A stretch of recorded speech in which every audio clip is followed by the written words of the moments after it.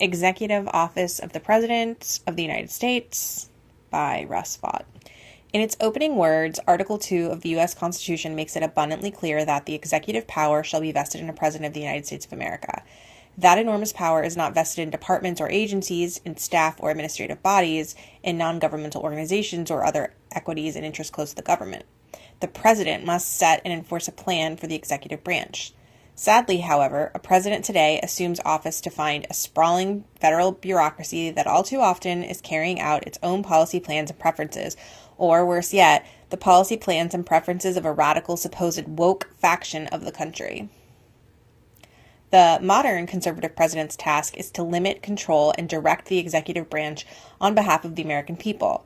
This challenge is created and exacerbated by factors like Congress's decades-long tendency to delegate its lawmaking power to agency bureaucracies, the pervasive notion of expert independence that protects so-called expert authorities from scrutiny, the presumed inability to hold career civil servants accountable for their performance, and the increasing reality that many agencies are not only too big and powerful, but also increasingly weaponized against the public and a president who is elected by the people and empowered by the Constitution to govern. In Federalist Number 47, James Madison warned that the accumulation of all powers, legislative, executive, and judiciary, in the same hands, whether of one, a few, or many, and whether hereditary, self-appointed, or elective, may justly be pronounced the very definition of tyranny. Regrettably, that wise and cautionary note describes to a significant degree the modern executive branch, which, whether controlled by the bureaucracy or by the president, writes federal policy, enforces that policy, and often adjudicates whether that policy was properly drafted and enforced.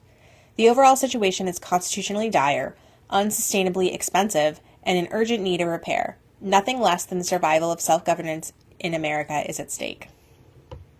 The great challenge confronting a conservative president is the existential need for aggressive use of the vast powers of the executive branch to return power, including power currently held by the executive branch, to the American people. Success in meeting that challenge will require a rare combination of boldness and self-denial.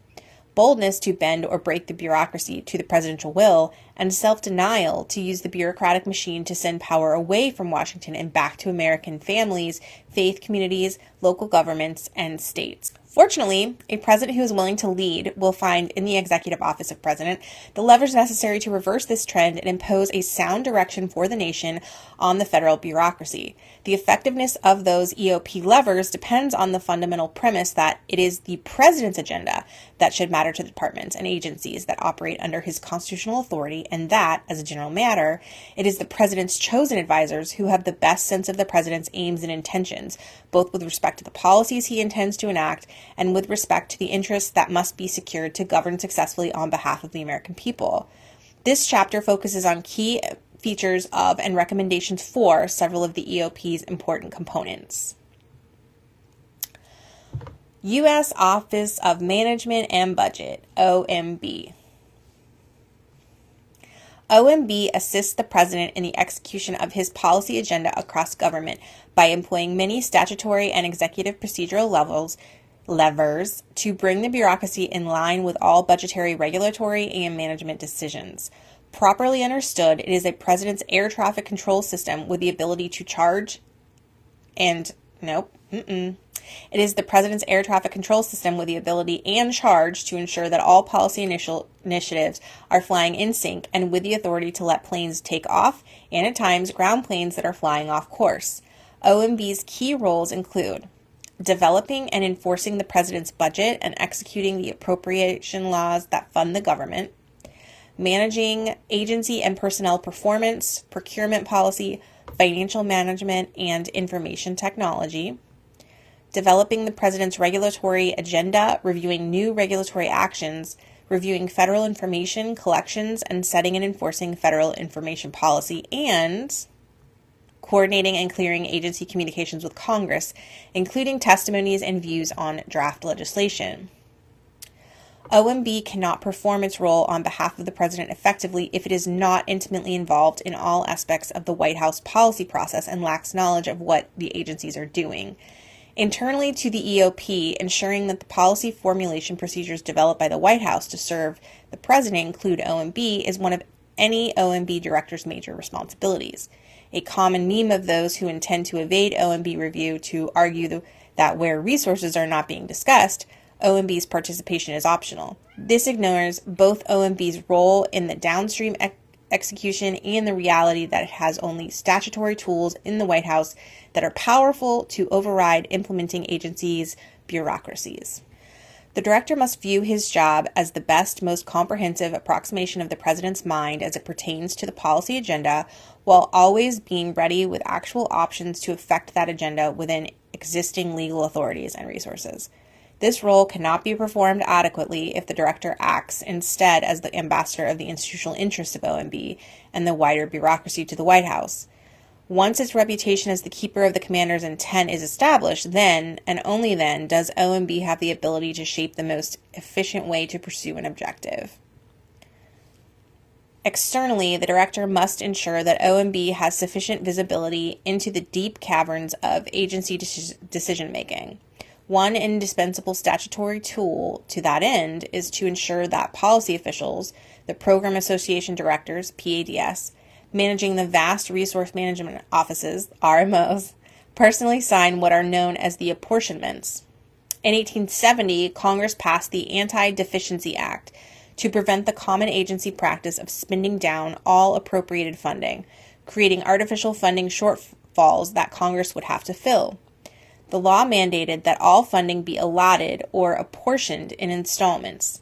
This process, whereby agencies come to OMB for allotments of appropriated funding, is essential to the effective financial stewardship of taxpayer dollars.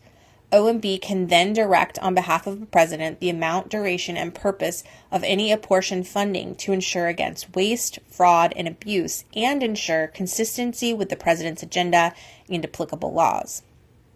The vast majority of these apportionments were signed by career officials, the Deputy Associate Directors, the DADs, until the Trump administration placed this responsibility in the hands of the PADs, and thereby opened wide vistas of oversight that had escaped the attention of policy officials.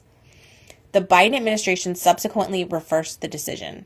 No director should be chosen who is unwilling to restore apportionment decision-making to the PAD's personal review, who is not aggressive in wielding the tool on behalf of the president's agenda, or who is unable to defend the power against attacks from Congress.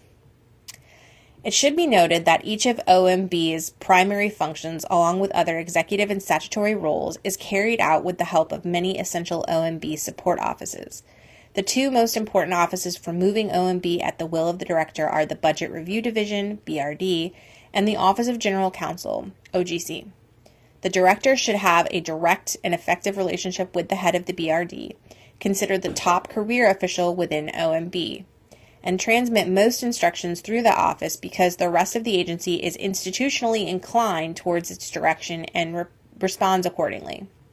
The BRD inevitably will translate the directions from policy officials to career staff, and at every stage, it is obviously vital that the director ensure that this translation is an accurate one.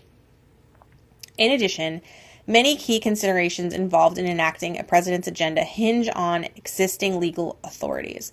The director must ensure that the appointments of a general counsel who is respected yet creative and fearless in his or her ability to challenge legal precedents that serve to protect the status quo.